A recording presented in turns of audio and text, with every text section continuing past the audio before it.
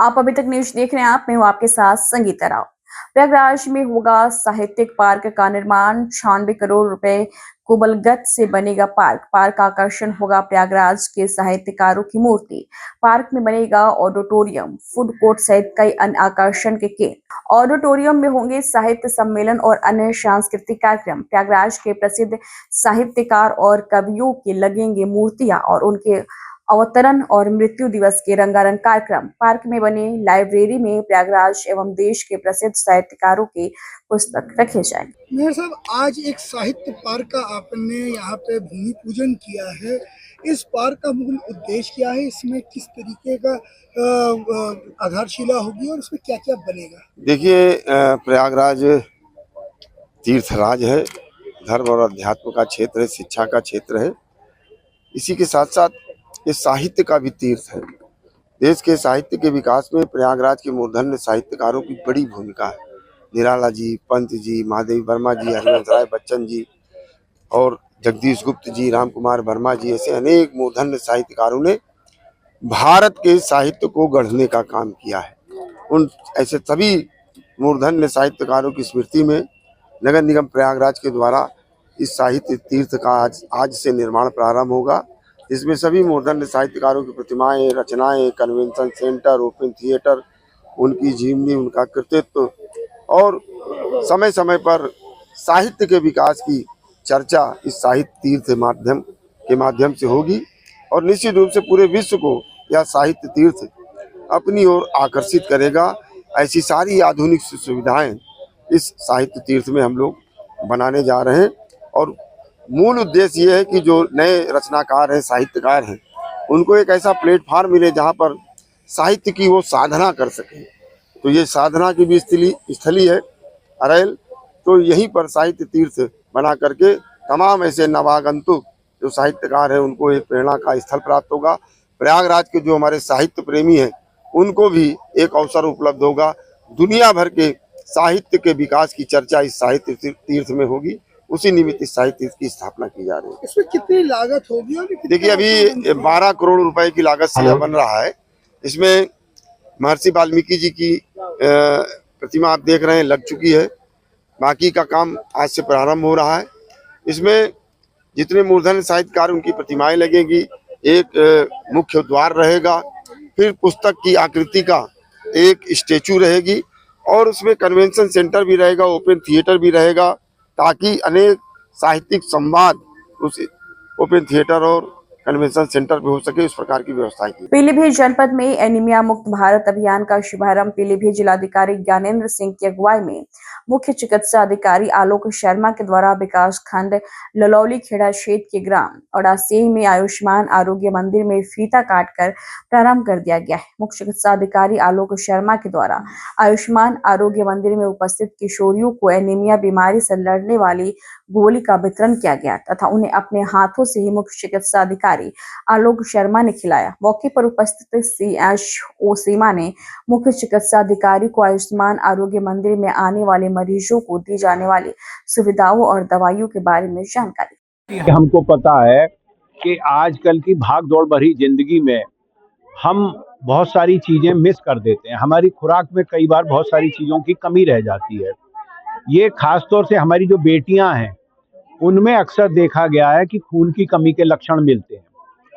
तो उसको दूर करने के लिए भारत सरकार का कार्यक्रम, उत्तर प्रदेश सरकार का अनीमिया मुक्त भारत, जिसके अंतर्गत स्कूलों में और आंगनवाड़ी केंद्रों पे आयरन की गोली खिलाई जाती है। हमारे जिलाधिकारी महोदय ने उससे और एक कदम आगे बढ़ते हुए हमें निर्देशित किया कि ये गोली स्वयं अपने हाथ से खिलवाई जाए बच्चों को कैंप लगा के। तो उसी श्रृंखला में आज से शुरुआत की गई है। आपके इस गांव से जो अभी आप लोगों ने देखा, सभी बेटियों को बुला बुला के अपने हाथ से एक एक गोली खिलाई गई है। फिर ये अगले हफ्ते खिलाई जाएगी, उसके अगले हफ्ते, ये निरंतर प्रक्रिया चलती रहेगी।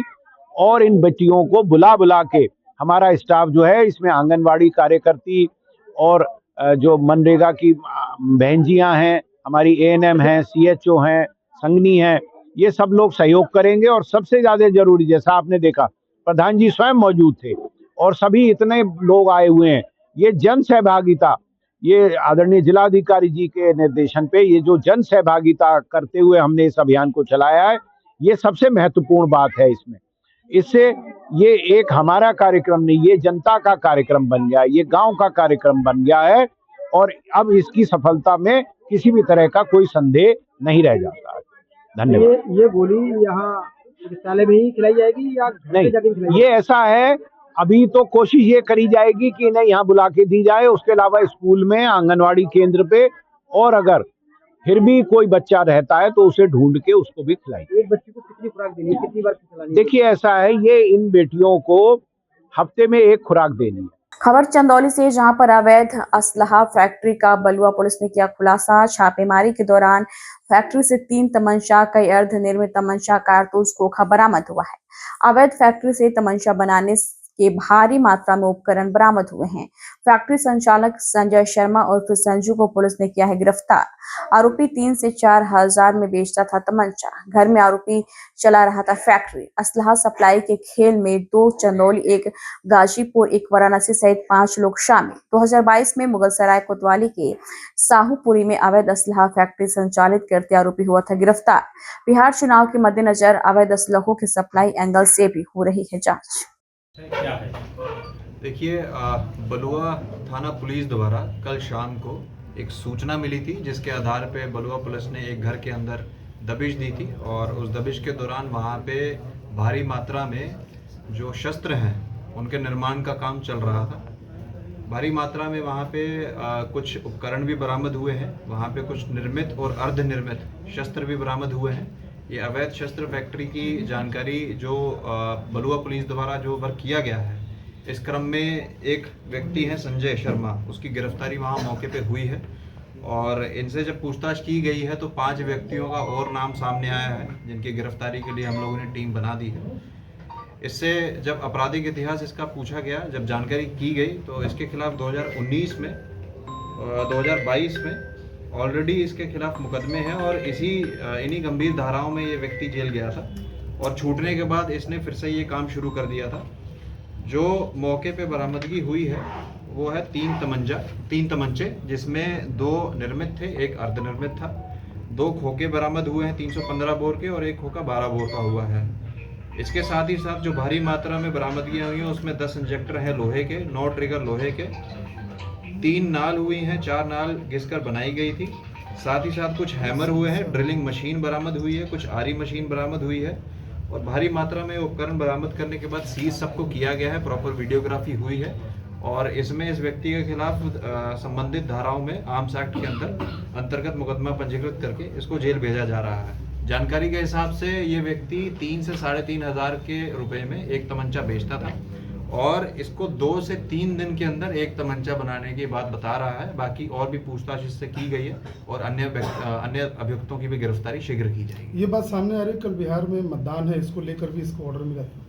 नहीं, ये वाली बात सामने बहुत क्लियर नहीं आई है, लेकिन ये ज़रूर है कि इनका कहना है कुछ जो सप्लाई इन्होंने की है वो बनारस की साइड में, चंदौली की साइड में और कुछ बिहार, क्योंकि सीमावर्ती जिला है, उस साइड भी की गई। ये बात ज़रूर प्रकाश में आई। एक चीज़ और सामने बात आई है, 2022 में मुगलसराय कोतवाली में, साहूपुरी में इसी तरह असला फैक्ट्री संचालित करते पकड़ा गया, तो पुलिस के लिए कितनी बड़ी सफलता है ये? देखिए, ऑलरेडी हम देखते हैं कि कहीं ना कहीं कुछ जनरेशन में अभी हाल फिलहाल में लोगों को तमंचा रखने का काफ़ी शौक ये भी रहता है। तो इसी क्रम में पुलिस द्वारा ये बहुत ही अच्छा काम किया गया है कि जो सप्लाई जो है, हम लोग बहुत बार किसी आदमी से एक तमंचा तो बरामद कर ले जाते हैं, लेकिन सप्लाई पे जो काम किया है कि कहाँ से बन रहा है, ये बहुत ही अच्छा काम है और इसके लिए बलुआ पुलिस को 20,000 का इनाम भी घोषित किया जाता है। खोखा आदि सब आ रहा था, कहाँ से आ रहा था, इसके संबंध में क्या जानकारी? ये जितने भी लोग हैं, आपको बताया 5 लोगों को हमने और इनके नाम बढ़ाए हैं और इनके खिलाफ हम लोग संबंधित धारा 111 BNSS के अंदर भी एक धारा है जिसमें ऑर्गेनाइज्ड क्राइम को लेके हम वो भी बढ़ाएंगे,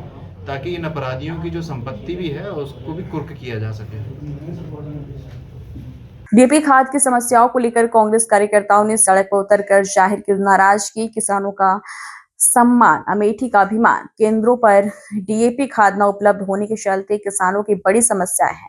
गेहूं की बुआई के दौरान किसानों को समय पर डीएपी खाद उपलब्ध न होने के चलते किसानों की शिकायतों को लेकर कांग्रेस कार्यकर्ताओं ने कलेक्ट्रेट पहुंचकर मजिस्ट्रेट को सौंपा ज्ञापन। कांग्रेस यूथ जिलाध्यक्ष ने कहा कि खेतों में बुआई का समय चल रहा है, लेकिन खाद की कमी से किसान परेशान हैं। किसानों की मांग पर आज कार्यकर्ताओं ने ज्ञापन के माध्यम से डीएपी खाद की मांग को लेकर ज्ञापन सौंपा है। जिले में सभी सहकारी समितियों पर खाद की आपूर्ति तत्काल सुनिश्चित की जाए, जिसको लेकर ज्ञापन सौंपा गया है। पूरा मामला ये है कि पूरे अमेठी लोकसभा में लगातार किसान बेदर भटक रहे हैं। सुबह से लेकर शाम तक लाइन लगाते हैं खाद सेंटरों पे और उन्हें वापस निराशा लेकर वापस चले जाते हैं। साइकिल से कोई आता है, कोई पैदल आता है। किसान के खेती का समय है, रबी फसल सर पर है, लगातार किसान आत्महत्याएं कर रहे हैं, तब भी किसान की मांग पूरा नहीं किया गया। अमेठी में खाद की बहुत ज़्यादा आपूर्ति है, किसानों को खाद नहीं मिल पा रहे हैं। आपको एग्जाम्पल में बता दूं कि ये अभी कंपोजिट दारू सेंटर खोले हैं, वहाँ पे आप जाएंगे, वहाँ पे मिलेंगे, इनके दारू की कमी कभी नहीं होगी। ये हर 1 किलोमीटर पे दारू का सेंटर खुल गया है, लेकिन किसानों के खाद के लिए सेंटर वही है पुराने। अभी तक किसानों को लाइन लगाने पड़ते हैं। इनके दिखावे हैं इस सरकार में, अभी तक किसानों की कोई मांग नहीं पूरा गया। किसान बहुत परेशान हैं। आज किसानों की मांग लेकर हम सब राज्यपाल को ज्ञापन सौंपा है, डीएम या अमेठी डीएम के माध्यम से। तो कब दिया गया प्रशासन द्वारा आपको? अभी यहाँ के एसडीएम साहब ने हमें बताया कि आपकी मांग मैं राज्यपाल तक पहुँचाऊँगा, और हम सब भी एक निवेदन किया कि अगर मेरी मांग नहीं पूरा किया गया, किसानों की मांग नहीं पूरा किया गया, तो अमेठी यूथ कांग्रेस हर मोड़ पर किसानों के साथ संघर्ष के लिए हर मोड़ पर खड़ा है। चाहे लड़ाई लड़ना पड़े, चाहे उनके लिए हमें कुछ भी करना पड़े, उनके हक की लड़ाई लड़ने के लिए हर मोड़ पे हम सब तैयार हैं। Thank you sir. खबर प्रयागराज से, जहां पर संगम तट पर जनवरी 2026 में लगने वाले माघ मेले को लेकर पुलिस विभाग ने किया भूमि पूजन। शिविर स्थापना और माघ मेले के निर्विघ्न संपन्न होने की कामना को लेकर किया गया भूमि पूजन। त्रिवेणी मार्च पर पुलिस लाइन की स्थापना के लिए पुलिस कमिश्नर योगेंद्र कुमार और अन्य अधिकारियों ने किया भूमि पूजन। श्रीमद बाघमरी गद्दी के पीठाधीश्वर महंत बलवीर गिरी ने भी किया पूजन। भूमि पूजन के साथ पुलिस महकमे की माघ मेले को लेकर तैयारियां आज से विधिवत शुरू हो जाएगी। माघ मेले में 17 थाने, 40 पुलिस चौकियां बनाए जाएंगे, 17 फायर स्टेशन भी बनाए जाएंगे। मेले की सुरक्षा में 5000 से ज्यादा पुलिस बल की तैनाती की जाएगी। यूपी एटीएस व अन्य सुरक्षा एजेंसियां और इंटेलिजेंस एजेंसियां भी तैनात रहेंगी। 15% पुलिस बल भी अब माघ मेला क्षेत्र में तैनात हो जाएंगे। माघ मकर गति रव जब होई, तीरथ पतंगाव सब कोई, देव धनुज की नर नर श्रेणी, सादर मजय सकल त्रिवेणी। उस माघ माह के बारे में हम क्या कल्पनाएं कर सकते हैं, लेकिन हमारे ऋषि मुनियों की ये परंपरा है कि हर वर्ष यहाँ माघ में हमें यहाँ कल्पवास मनाया जाता है। जिस माघ माह के लिए देवता, धनुज, किन्नर, नर श्रेणी इत्यादि सभी प्रयागराज में आकर यहाँ 1 महीना साधना करते हैं। उन्हीं साधनाओं के बीच यहाँ न जाने कितने प्रकार के ऋषि मनीषी आएंगे। हमारे यहाँ इस बार भी माघ माह 13 से जनवरी से लेकर 26 फरवरी तक लग रहा है। इस बीच में मकर संक्रांति है, बसंत पंचमी है, मौनी अमावस्या जैसे महातीर्थ महामहोत्सव आते हैं, बीच में उत्सव आते हैं। उन सभी का संयोग इस वर्ष भी बन रहा है।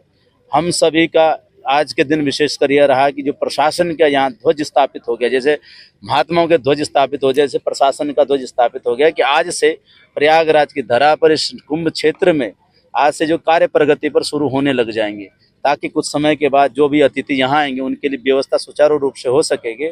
उसके लिए सबसे पहले यहाँ प्रशासन के द्वारा माँ भगवती त्रिवेणी तीर्थराज प्रयाग द्वादश माधव श्री हनुमान जी महाराज से प्रार्थना की गई है कि हमारा जो कार्य हो वो सकुशल मंगलमय हो। इन प्रार्थनाओं के साथ आज भगवती से प्रार्थना की कि आज यहाँ पर भूमि पूजन और ध्वज पूजन किया गया है। माघ मेला जो 2025 और 26 है, उसको लेकर क्या तैयारी जो है पुलिस प्रशासन की ओर से यहाँ पर की जा रही है, और इस बार कितने थाने बनेंगे, कितनी चौकियां बनेंगी, फायर स्टेशन बनेंगे, और किस तरह से पूरी सुरक्षा व्यवस्था रहेगी, कितने पुलिसकर्मी तैनात होंगे? ये आज माघ मेला 2025 का शुभारंभ के लिए हम लोगों ने यहाँ पे भूमि पूजन किया है पुलिस विभाग की तरफ से, और इस समय जो हमारी तैयारियां शुरू हो गई है माघ मेला की, पुलिस विभाग की तरफ से आज से शुरू हो गई है। आज भूमि पूजन था, और इसके उपरांत इस बार जो है 17 पुलिस थाने बनाए जाएंगे इस बार, और 40 पुलिस चौकियां बनाई जाएगी। इस बार एटीएस, और अन्य जो एजेंसियां हैं, BDDS टीम्स है हमारी, और जितनी भी टीम्स पुलिस विभाग की होती है वो सब लगेगी। पर्याप्त सुरक्षा व्यवस्था रहेगी और पिछली बार के माघ मेलों की अपेक्षा इस बार संभावना है कि भीड़ ज़्यादा होगी।